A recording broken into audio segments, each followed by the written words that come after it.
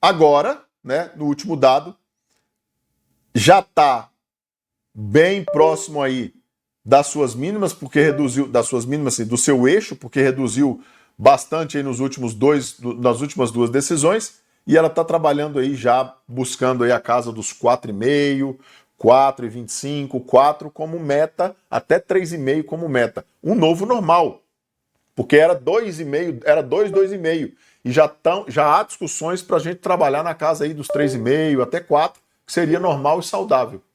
Tá? Um novo normal, e muda toda a análise da composição dos dados com isso. Galera, olha que coisa interessante, eu não sei se vocês que não são alunos nunca viram isso. Mas olha quando eu junto essas três variáveis. Vocês querem aprender a analisar ciclo de mercado de verdade? Para matar a lombriga de vocês de ficarem vendo essas curvinhas que o povo bota aí fora. Ah, o ciclo econômico antecipa o ciclo de mercado, e eu ciclo assim. Porque essas ondinhas que vocês veem aí, que os caras marcam agora, isso aqui é bom para o setor de financeiro, isso aqui. Esses caras todos só conseguem prever depois que passou. Se você perguntar para 99,999% deles, é o seguinte, tá vendo? Foi um ciclo assim que eu vi que estava formando, é assim, estamos saindo desse ciclo. Aí você pergunta para ele, tá, você fez alguma coisa? Não, então. É porque no momento lá eu estava falando, eu estava analisando, não tive como operar. É sempre assim. Então não adianta nada você acertar a previsão do passado. Você tem que olhar para frente. O que virá depois? Tá? O que virá depois? Então isso aqui é a verdadeira análise de ciclos de mercado e ciclos econômicos. Porque isso dá o tom que precifica a economia. É isso que dá o tom que precifica os ativos que a gente opera. É exatamente isso. E aí eu vou mostrar para vocês aqui, ó. Quando eu junto as três forças, olha o que acontece. Eu vou começar a puxar... eu vou eliminar essa bagunça para trás aqui, porque está muito volátil, vamos dizer, e vou puxar para frente só para mostrar para vocês que é mais fácil de ver, mas para trás também respeita a mesma ideia, tá? Olha só, o vermelhinho aí, a linhazinha vermelha, é justamente o nosso gap de emprego, ou gap de desenvolvimento. Eu estou lá embaixo, estou no gap, começa a subir. Quando eu estou lá embaixo, ou seja, quando a economia está lá no seu gap, para estimular a economia, o que eu preciso fazer? Abaixar taxa de juros. Reduzir taxa de juros. Tá? Para estimular a economia. Por quê? Porque a inflação está caindo. Ó. Eu tenho desemprego aumentando, eu não consigo suprir as vagas, eu não consigo produzir direito, então a inflação vai reduzindo, e aí a economia começa a melhorar, porque aí a gente começa, né, a ter que produzir, contratar, blá, blá. À medida que o juro começa a cair, que é a linha azul, o meu gap vai diminuindo, enquanto a inflação fica estável. Olha só uma coisa interessante, pessoal. No exato momento, presta atenção, olha para a tela.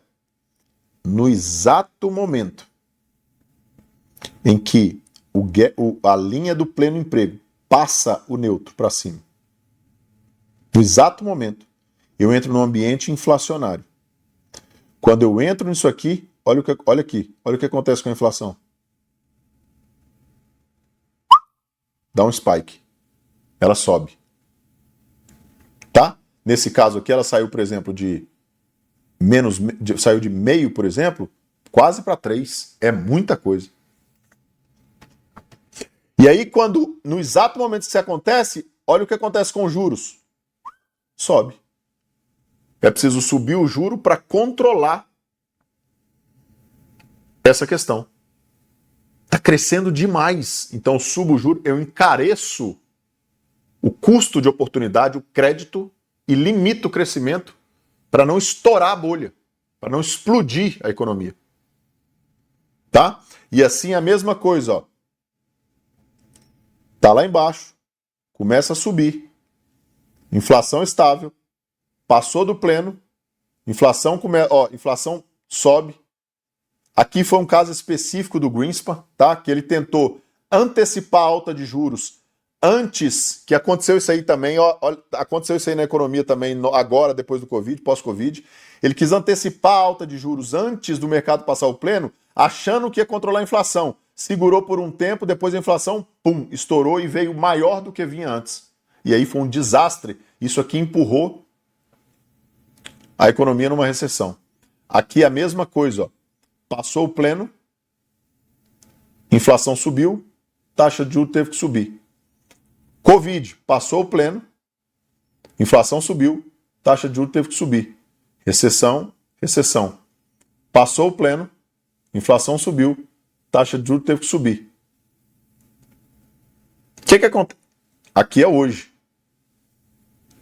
O que acontece depois disso, pessoal? A inflação começa a cair e o mercado começa a voltar a se estabilizar, porque aqui começam a demitir, porque a inflação salarial está alta demais, né? E aí, todas as vezes que nós temos correção de juros, o Banco Central empurra a economia em recessões. Estou no pleno. Spike de inflação. Subiu o juro. Subiu demais, está lá em cima, começa a ter um desastre. Inflação começa a corrigir, recessão. Vocês entenderam, gente? Para a gente passar adiante aqui agora.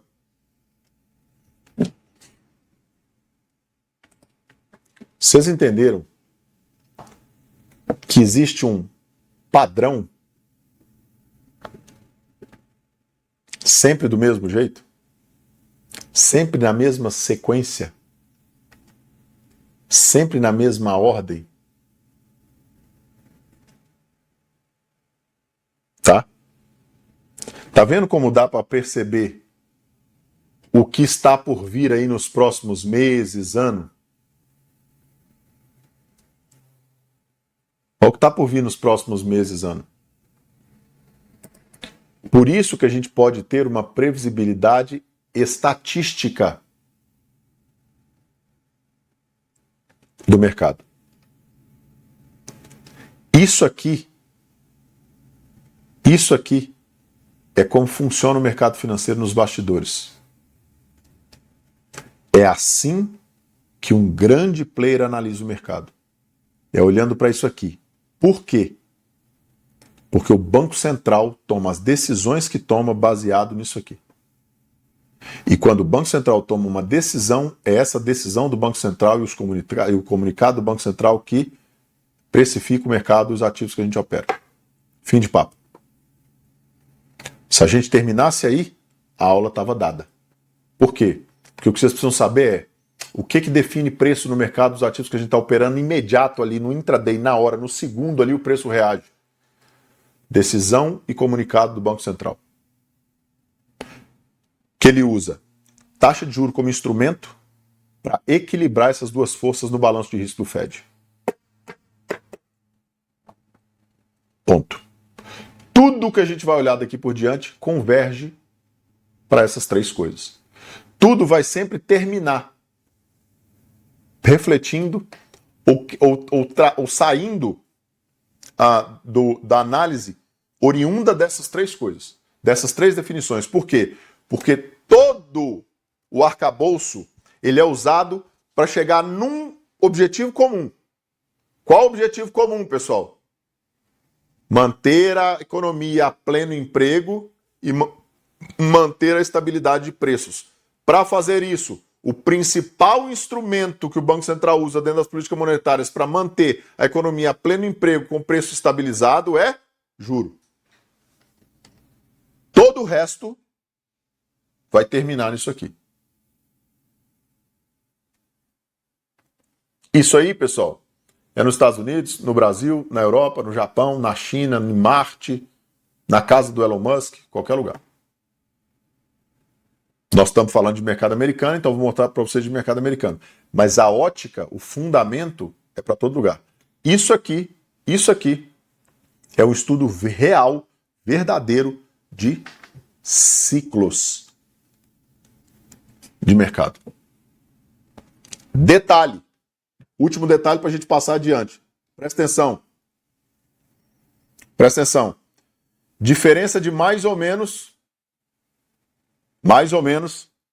8 anos. Diferença de mais ou menos 8 anos. Diferença de mais ou menos 8 anos. Diferença de mais ou menos 8 anos. Diferença de mais ou menos.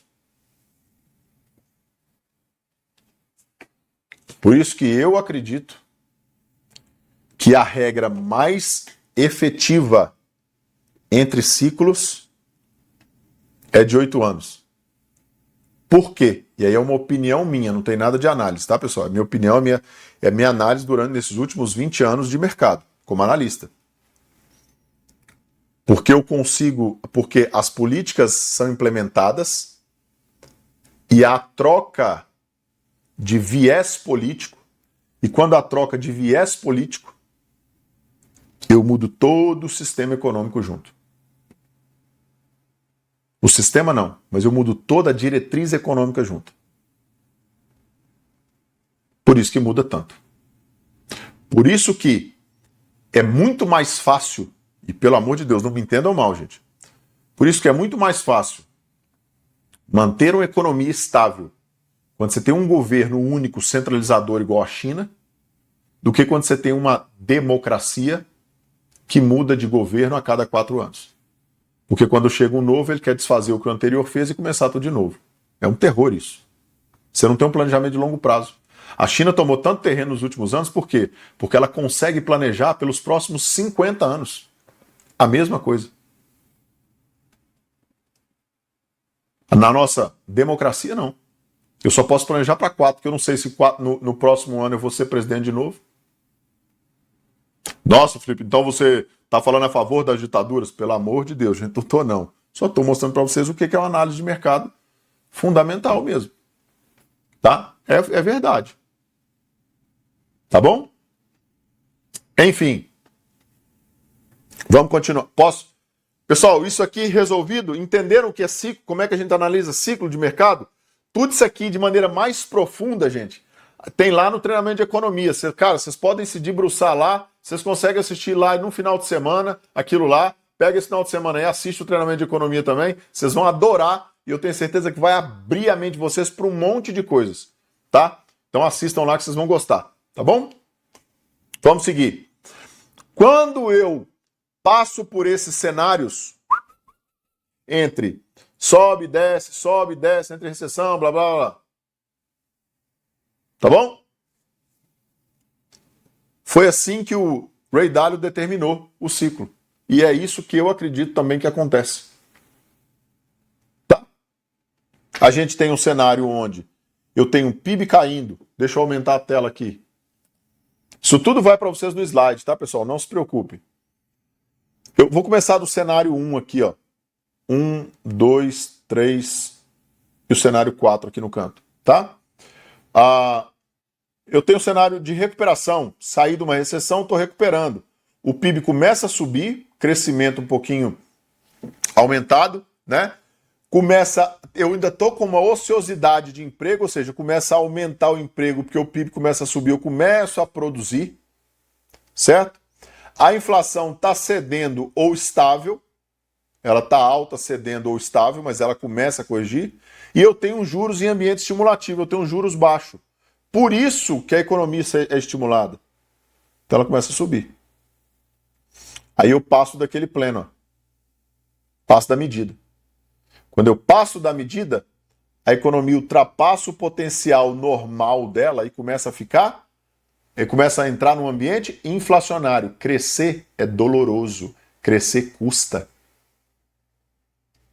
Tá? Ela ultrapassa o potencial.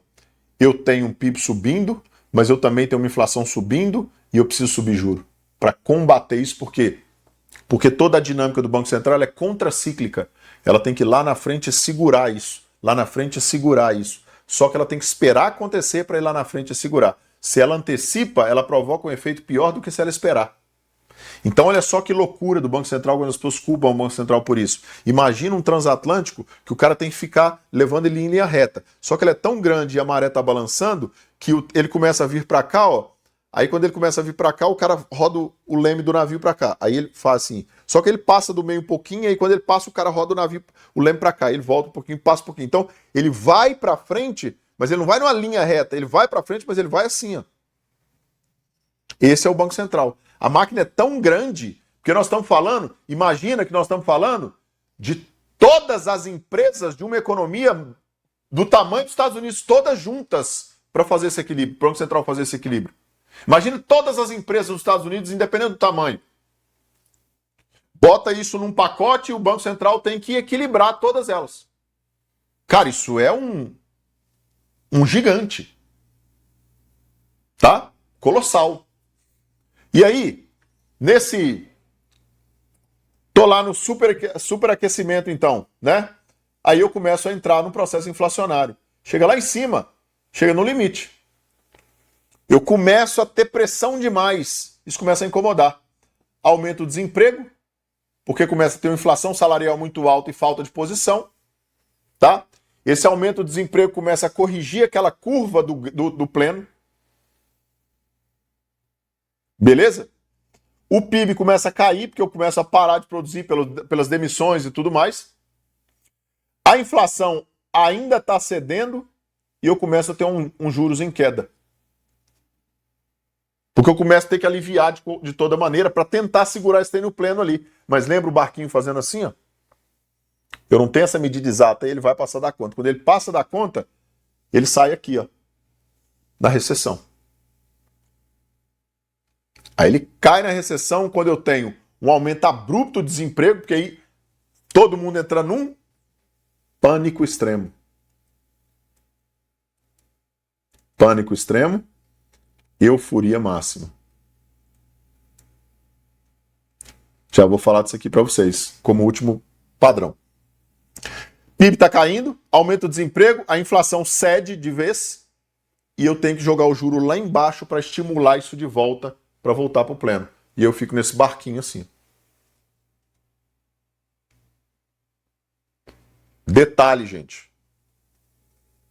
Detalhe, tá? A euforia máxima e o pânico extremo funciona da seguinte maneira. Aqui, ó, é exatamente onde todo mundo realiza perda, vende, sai de posição, todo mundo do varejo. Sai de posição, acha que a bolsa é o pior negócio do mundo, quebrou todo mundo, porque isso aqui não presta, porque isso aqui é um desastre, isso aqui é esquema, isso aqui é pirâmide, blá, blá, blá. Já ouviram esse papo? Sai fora desse trem, porque esse trem não presta, desaparece todo mundo da internet, não fica ninguém na internet de buy and hold, some todo mundo e sai todo mundo. Porém, olha que loucura, cara. Porém, esse cenário aqui, ó, é onde tem maior prêmio de risco. É justamente onde eu deveria estar comprando, porque são os fundos de mercado, porque tem mais prêmio para eu pegar quando o mercado começa a retornar. Lembra que o prêmio de risco é justamente o que eu exijo para carregar essa tese pelo tempo? Para carregar esse projeto pelo tempo? Se o mercado está lá no fundo, tem todo um prêmio de risco para ganhar. Então é aí que eu deveria comprar. Quando eu estou na euforia máxima, é quando o mercado... Agora entraram 1 milhão de CPFs na bolsa, a bolsa é a grande sensação no momento, agora vai subir tudo, agora é o bom demais, todo mundo tá ganhando na bolsa, aí enche de gente na bolsa, aí lota de trader, buy and hold, nego dando curso, enche de gente. Aparece esses caras, esses aventureiros, tudo de novo. Esses caras que nunca entraram numa corretora na vida e quer ensinar os outros a ser institucional. Ele nunca pisou numa corretora. Acabou de sair da fralda e está dizendo que conhece o negócio. Aparece todo tipo de gente. Tá? Só que aqui não tem mais prêmio de risco. Porque o prêmio inteiro foi consumido. Então lá era o lugar de vender. Lá é onde você liquida a posição. Lá é onde você começa a desfazer. Aqui, pessoal, é onde são montadas as estruturas de acumulação de Wyckoff. Aqui são onde são montadas as estruturas de distribuição do Wyckoff. Tá vendo como é que é fácil entender? Onde é que eu vou buscar uma estrutura de acumulação? Quando o mercado estiver nesse cenário. Onde é que eu buscar uma estrutura de distribuição, quando o mercado estiver nesse cenário. Porque o grande player, ele trabalha com essa visão, ao contrário do varejo. Certo? Ah, Felipe, mas como é que eu vou fazer isso no intraday? Usando a mesma lógica. Fundos e topos. Fundos de mercado em referências e topos de mercado em referências. Quando eu vou buscar estruturas de Wyckoff, eu busco acumulações em fundos de referências passados e estruturas de distribuição em topos de referências passados pelos ciclos das ondas que eu estou buscando. O mercado é fractal. Eu só preciso ajustar isso dentro do fractal. Beleza, pessoal? É fractal. É o maior dentro do menor, é o menor dentro do maior, dentro do maior, dentro do maior. Funciona tudo, é o mesmo padrão, não muda. Pessoal, até aí pronto? Até aí tudo bem? Tranquilo, né? Vocês acharam que era mais difícil, mas na verdade não é, né? É tranquilão. Pergunta pra gente passar já pro meio, pro final da aula. Tá fazendo sentido a análise de sentimento agora para vocês?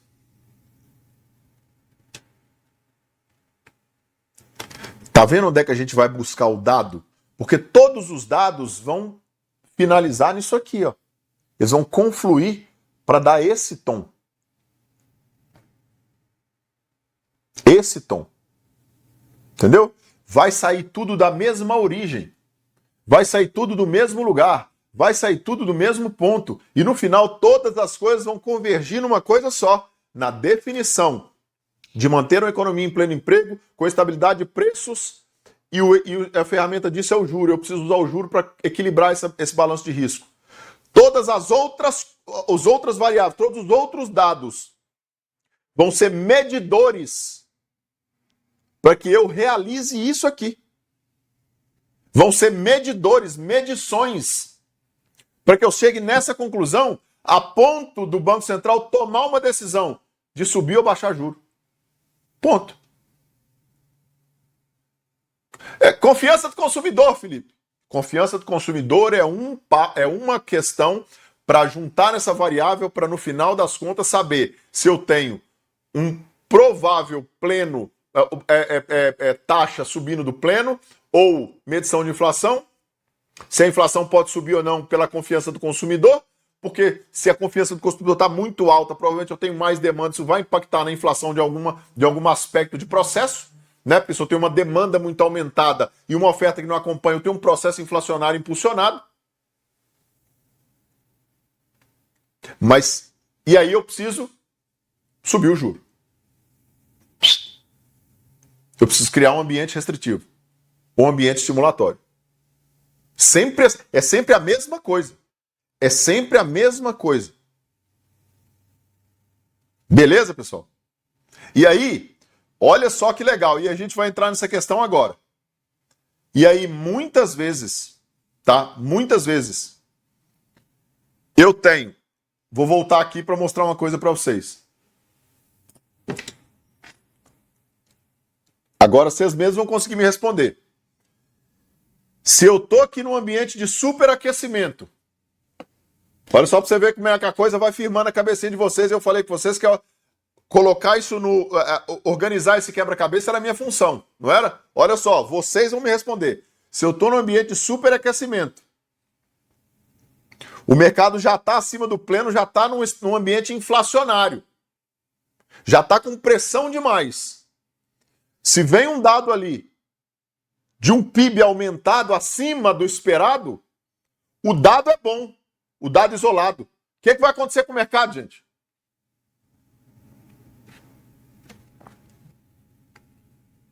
Por quê? Porque o dado isolado é bom, mas o dado dentro do contexto faz o mercado tomar medo, porque já não pode mais ir para esse ambiente. Se esse ambiente falar, empurra o mercado muito próximo de uma recessão.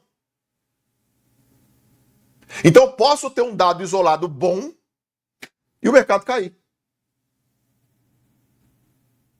Do mesmo modo que se eu estou aqui numa recessão aqui, ó, Tô aqui embaixo, nessa bolinha, onde eu tô na frente aí. Tô numa recessão, tá? Aí eu vejo deixa eu ver. Eu vejo uma inflação. Deixa eu ver um dado ruim para pensar. Tô numa recessão e de repente vem uma decisão de taxa de juros onde vem um corte de juros. Exatamente, HP. Vem um corte de juros. Cara, corte de juros é bom?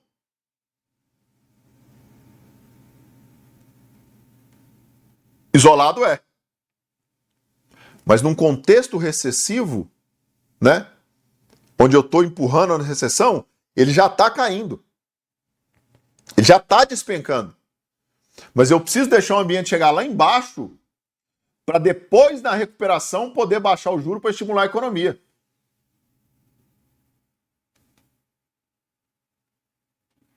Então, mesmo se eu subisse esse juro, eu teria um juro subindo e uma bolsa para cima.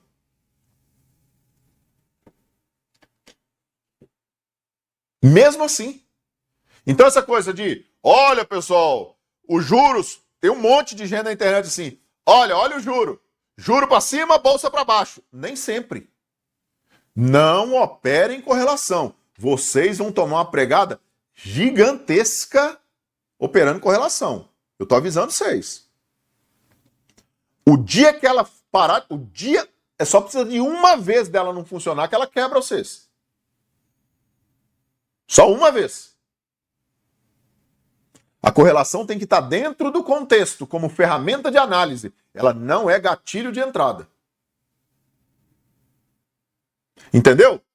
Agora, se eu tenho um cenário onde eu estou aqui numa fase de recuperação e, de repente, numa expectativa que eu não esperava, o PIB tinha vindo 5, aliás, menos 5, a expectativa era ele vir 1, ele veio 3.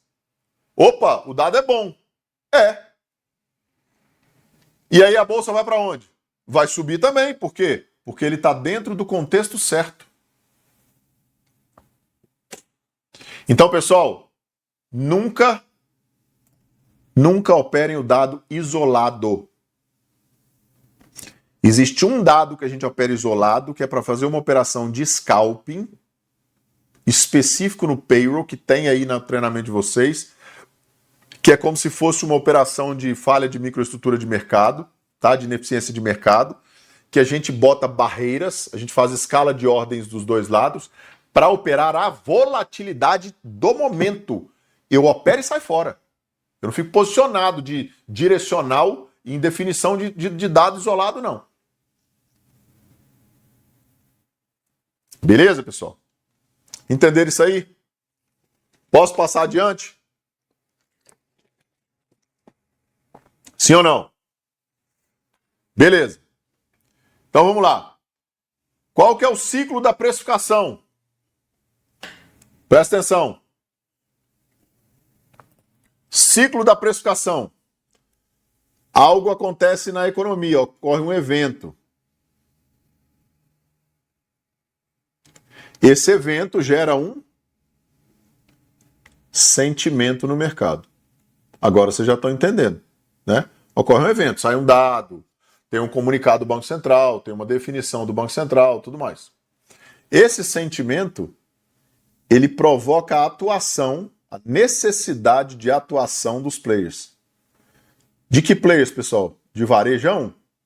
Do carinha que opera 10 mil contratos de índice? Não. De grandes players de mercado, né? Essa atuação provoca um desequilíbrio entre oferta e demanda. Desequilíbrio, Felipe, se a oferta está maior que a demanda, o preço cai. Se a demanda está maior que a oferta, o preço sobe. Simples assim. Tá? Esse desequilíbrio da força da atuação, por que ele atua? Porque ele precisa de liquidez para as posições dele. É tudo uma busca constante por liquidez. Beleza? Desequilíbrio. Aqui no sentido macro, certo? Lá no micro, fazendo um paralelo aqui, esse desequilíbrio a gente não enxerga como oferta e demanda. Lá no micro, esse desequilíbrio é o quê? A gente vai ver amanhã. É um desequilíbrio de agressões, de compra, entre compra e venda. Esse desequilíbrio entre agressões de compra e venda lá no book, tá? Mais vendas, menos vendas, se essa venda tem continuidade, se não tem, se essa compra tem continuidade, se não tem, isso provoca um deslocamento de preço. O deslocamento de preço é justamente o que a gente chama de formação de preço. É o processo de formação de preço do mercado. Esse é o ciclo de precificação. Esse é o processo de formação de preço do mercado. Quais são os principais eventos, pessoal? Agora vocês já sabem. Decisão e comunicado do Banco Central. Acontece aqui. Olha o ciclo que faz. Entendeu? Isso é que é analisar sentimento, gente. Isso é que é uma análise de ciclo e de sentimento de mercado. Entenderam aí? Sim ou não? Faz sentido para vocês? Estão começando a abrir a mente agora? É legal esse assunto, não é? Isso aqui, pessoal, é uma verdadeira percepção institucional de mercado, tá? É assim que um profissional, é assim que eu lá no escritório, analisando as posições dos meus clientes, tenho que pensar. Beleza? É assim que eu preciso pensar. Eu só vou no gráfico depois daqui. Eu só vou no gráfico depois que isso tudo aqui está claro para mim. Tá bom? Então vamos voltar aqui, ó. Pessoal, falamos de gap de emprego, desenvolvimento, inflação. Tudo isso resulta na mudança das alterações das três componentes e no final, a instrumentação é a taxa de juros. Deixa eu tirar eu da frente aqui, que eu estou ficando na frente direto aqui. O monstro da tecnologia. Mas enfim, estou atônito. Eu estou antônito. Antônimo. Não, brincadeira. Só para quebrar o clima aqui. Que bom, Fabiano. Que bom. É assim por isso que eu falo, pessoal. Quando eu fico falando essas coisas, eu trabalho no escritório, sou analista, chefe. Quando eu estou falando essas coisas, pessoal, não é para... Eu acostumei, eu não fico me gabando dessas coisas, não. Eu só estou mostrando para vocês que esse é o meu dia a dia. Esse é o dia a dia de um operador profissional de mercado, de um operador institucional. É isso que a gente faz todo dia. Todo santo dia a gente fica o dia inteiro analisando essas coisas para tomar decisões. Tá? É isso que a gente faz. Tá? Enfim. Tem uma coisa que eu quero entrar nesse conceito com vocês para definir efetivamente, para vocês não terem dúvidas. Lembra que eu falei da questão da curva de juros? O que realmente importa que eu falei para vocês, pessoal? O que realmente importa? A taxa curta. Tá? Taxa longa, gente, ela interfere na tese de valuation para portfólio. Taxa curta, ela impacta diretamente o preço e a instabilidade de preço. Anote isso aí agora, tá? E aí eu já vou voltar para desenhar para vocês uma coisa aqui. A taxa de juros do dia, a que é definida ali no DI, a que é definida no curto, tá? Como é o Fed Funds nos Estados Unidos, como é que ela influencia diretamente as suas operações no day trade? Agora pare e presta muita atenção que isso é do interesse de vocês. Principalmente operações ali nos futuros de S&P, Nasdaq e Dow Jones, tá? De várias maneiras. Essa taxa, ela reflete a política monetária de curto prazo do Banco Central. Impacta principalmente o custo de capital. Anote isso aí. Ela impacta custo de capital, eu vou explicar para vocês, liquidez e apetite pelo risco. Quando vocês ouvirem falar, o mercado está em risk on, está em risk off. É isso. É maior apetite pelo risco e menor apetite pelo risco. O que isso interessa? Interessa se a tese me manda fazer um rotation. O que é isso? Uma migração de portfólio. Eu saio de ativos de menor risco para ativos de maior risco. Saio de ativos de maior risco para ativos de menor risco. É isso.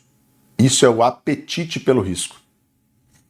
Principais efeitos da taxa de juros do dia nas operações de day trade nos futuros de índices nos Estados Unidos. Entenderam? Opa, tô bom de língua hoje. Primeiro, influência na liquidez e na volatilidade. Eu vou falar termo a termo, tá? Se eu tenho uma taxa baixa, quando a taxa de juros está baixa, eu tenho maior liquidez no sistema financeiro.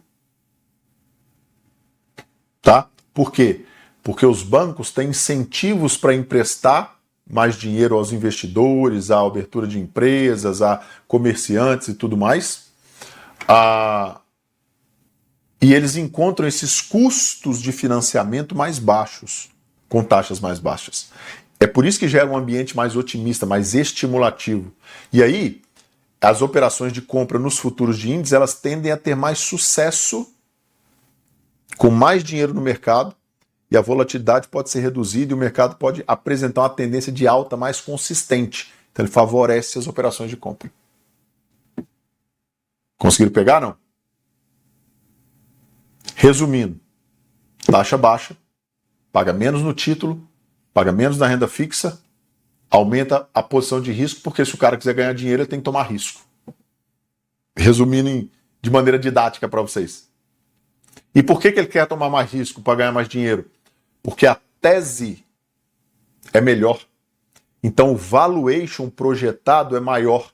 Quando o valuation projetado é maior, quer dizer que eu tenho um prêmio de risco para tomar mais longo no futuro. Isso tende a valer mais no futuro. Beleza? Entenderam? Agora, se eu tenho taxas mais altas ou aumentando, tenho taxas de juros mais altas, elas reduzem liquidez porque elas aumentam o custo de financiamento para empresas e investidores. E aí gera uma cautela no mercado. Para nós, day traders especificamente, isso significa o quê? Que o mercado pode apresentar maior volatilidade e mais operações de oportunidades, de operações de venda, especialmente nesses setores de empresas que dependem muito de crédito ou índices que são muito pesados dentro desses aspectos. Vou dar um exemplo. Se você está amparado no setor de tecnologia, a maior parte das empresas de tecnologia dependem muito de crédito. Se o crédito encarece, elas tendem a ter um resultado pior. Porque elas são muito dependentes de financiamento. A maioria delas nem dá lucro. Elas trabalham só pelo growth, pela tese. Tá? O aumento das taxas pode levar a uma postura como defensiva do mercado. E isso desencadeia o quê? Quedas abruptas nos futuros de índice. Por quê? Porque o mercado vai buscar segurança, porque a taxa, o prêmio pago pela segurança é melhor do que o prêmio pago pelo risco. Então o cara vai por renda fixa, por quê? Porque ele paga mais do que o risco que ele vai correr em bolsa. Se a renda fixa está pagando demais porque a taxa está alta, o título está pagando muito, não tem por que ele correr risco. A bolsa, o título, o yield, o dividendo do título, porque ele tem uma equação contrária entre pagamento de resultado do título e preço unitário. E até isso aí. Tá? Impacto nas expectativas do mercado e na precificação dos ativos. Para nós, day trade, presta atenção. Taxa de juros influencia a expectativa do mercado em relação à saúde econômica e aos movimentos futuros do Fed. Como assim, Felipe? Vamos lá, vamos detalhar. Eu quero ser bem detalhista para vocês. Expectativa de alta taxa. Se o Fed está sinalizando que as taxas podem continuar subindo, isso vai gerar uma preocupação sobre o impacto negativo no lucro das empresas. Eu vou mostrar isso para vocês numa planilha. Tá? Logo, os futuros podem reagir de forma negativa. Tá? Porque a tese fica mais cara, ela dá menos lucro no futuro. Então, especialmente, obviamente, se esses setores forem mais sensíveis, mas de maneira geral. Como é que a gente se aproveita disso no intraday, no day trade? Expectativa de operações de venda em dias de anúncio ou quando o mercado está muito hawkish. Ele está muito duro com as taxas. Ele está numa expectativa de aumento de taxas o tempo todo. Tá? Falando ali das decisões do DI, das diárias. Estou falando de curva, não. Vocês viram que até agora eu não projetei taxa de 10 anos, 20 anos, nada disso.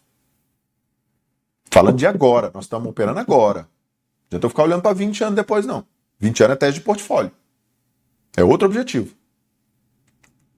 Quando eu tenho expectativa no corte de taxa, na taxa reduzindo, ou quando o Fed sinaliza corte de taxa, por exemplo, isso tende a impulsionar o mercado de futuros do índice. Por quê? Porque o crédito fica mais acessível, incentiva o crescimento econômico, e em dias de expectativa de corte, os índices futuros normalmente são impulsionados na alta. Então, boas oportunidades para a gente comprar. Tá? Boas oportunidades para a gente comprar. O mercado geralmente responde com otimismo nessas situações, inicialmente, e aí ele pode gerar normalmente um efeito positivo no preço. Entendeu? Normal. Tá vendo que tá vendo que isso é sempre o mesmo, é sempre mais do mesmo, gente? É sempre o mesmo processo, tá? Agora vem uma coisa muito importante. Presta atenção. Presta atenção. Reação à decisão e ao comunicado do Banco Central. Anote isso aí. Trajetória é mais importante que intensidade.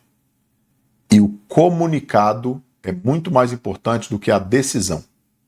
Por quê, Felipe? Porque a decisão ela já vai vindo sendo calculada e refletida nos cálculos que as tesourarias fazem ao longo da soltura dos dados. Então os dados vão sendo soltos, vão sendo liberados e as tesourarias vão montando esse aspecto. Lembra que tudo a gente vai juntando para confluir no mesmo lugar, para dar a mesma relação, para dar a mesma decisão, para a gente ter a mesma conclusão dos fatos. Mas tudo isso é para analisar para chegar numa única conclusão. Lembra que eu falei? Pois é. Então, a decisão, quando ela chega lá no mercado, decisão de taxa de juros, cara, já está sabido normalmente. Agora, depois da decisão da taxa, por exemplo, quando o Fed vem dar um comunicado, ele está falando o quê? Ele está falando a percepção dele para os próximos eventos. Então, muitas vezes, o comunicado, o tom do comunicado, balança mais o mercado que a própria decisão. Entenderam, pessoal? Por que é importante? Beleza? Show! O Fed tem uma coisa chamada Forward Guidance, né? Que é uma orientação. É um tom do comunicado que ele dá, que é justamente hawkish, né? Que pode sugerir que o Fed está preocupado com a inflação, então ele está sinalizando possível alta de juro. Quando ele fala que ele é dovish, ele está ao contrário, ele está moderado, então sugere uma postura mais amigável, que deve ser uma redução de taxa de juros. Tá bom? Beleza?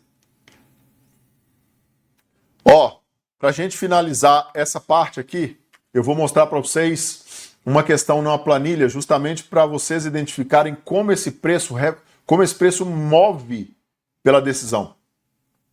Tá? Vocês querem ver? Aqui, ó. Deixa eu mostrar para vocês aqui. Planilhinha. Deixa eu compartilhar a tela com vocês aqui. Estão vendo a planilha aí, pessoal? Sim ou não? Estão vendo? Show de bola. Posso seguir na planilha aqui? Já vou mostrar onde vocês veem essas informações todas. Estamos chegando no final da aula, só que eu preciso mostrar isso aqui para vocês. Tá? Embaçado, mas sim? Tá, pessoal, mesmo que esteja embaçado um pouco, quando eu for a gravação chegar para vocês, ela vai estar mais nítida porque eu gravo numa qualidade melhor direto. Tá? Então, não precisa preocupar não. Tá? Vamos lá, só presta atenção aqui, ó. Para vocês que estão conseguindo enxergar. Deixa eu ver se eu aumento um pouquinho aqui, sem comprometer. Aí, ó. Pronto. Vamos ver se melhorou agora. Galera, deixa eu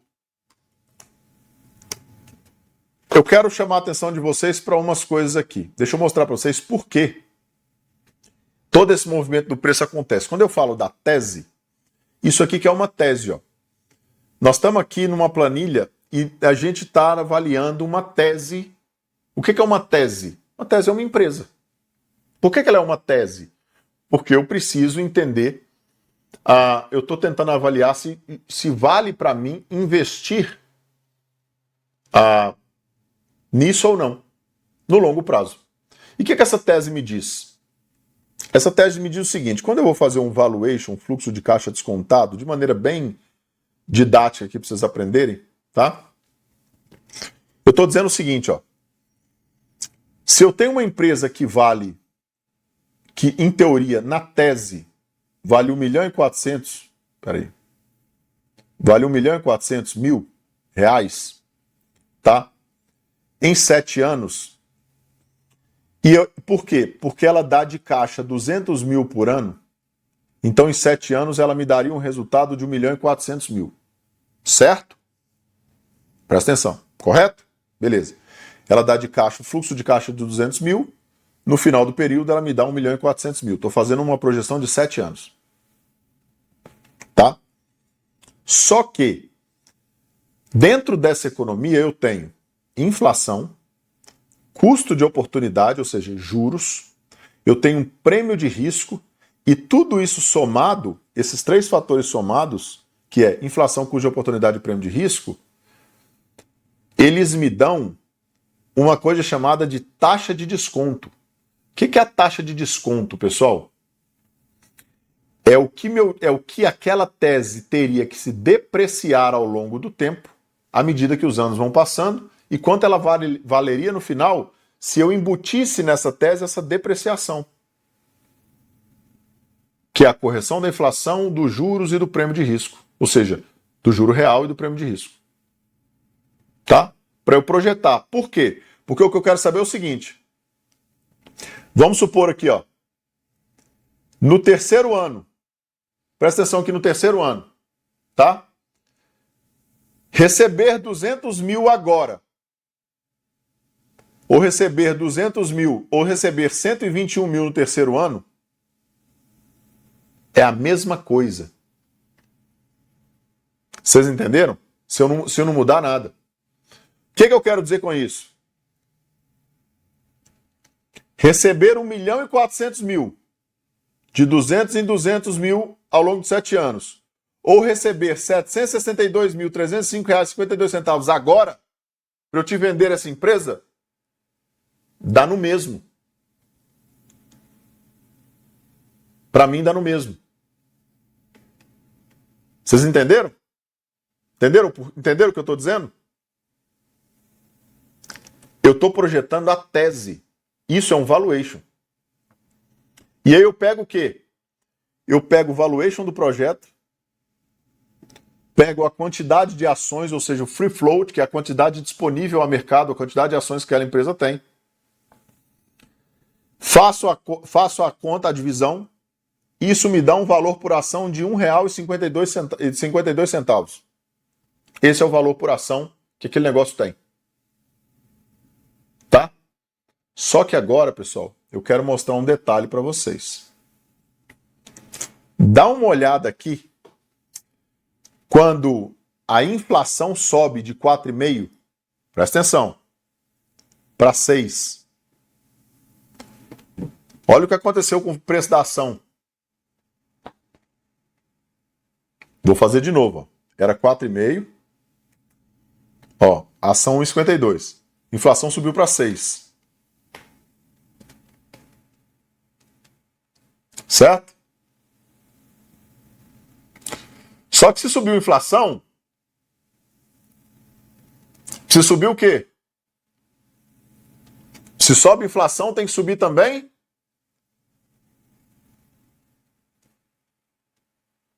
Juro, para conter a inflação. Certo? Lembra do ambiente inflacionário lá? Então a inflação subiu para 9. A inflação subiu para 11,25, igual tá, inflação não, juros, né? Subiu o juro para 11,25, igual tá a Selic aí. Olha o que vai acontecer com a ação, pessoal.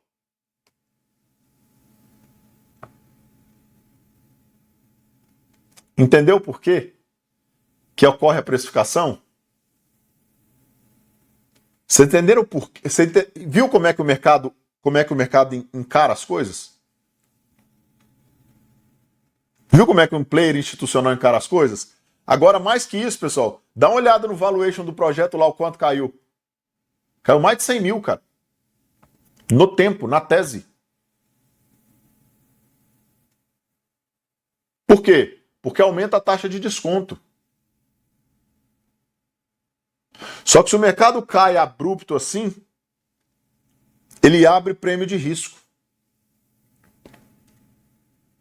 Ele abre prêmio de risco, tá? Então de 6,5, às vezes o prêmio de risco subiu para 8. Olha o preço da ação, cara. Aí eu te pergunto.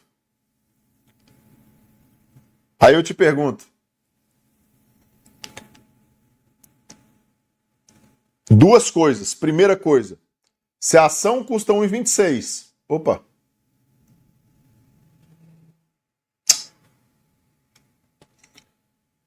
Se a ação custa 1,26 e vamos supor que ela, na tela ela tá 1,10, essa ação tá cara ou tá barata, gente? Tá barata. Então eu vou comprar essa ação. Porque eu tô ganhando prêmio, ainda mais um pouquinho da diferença da avaliação dela.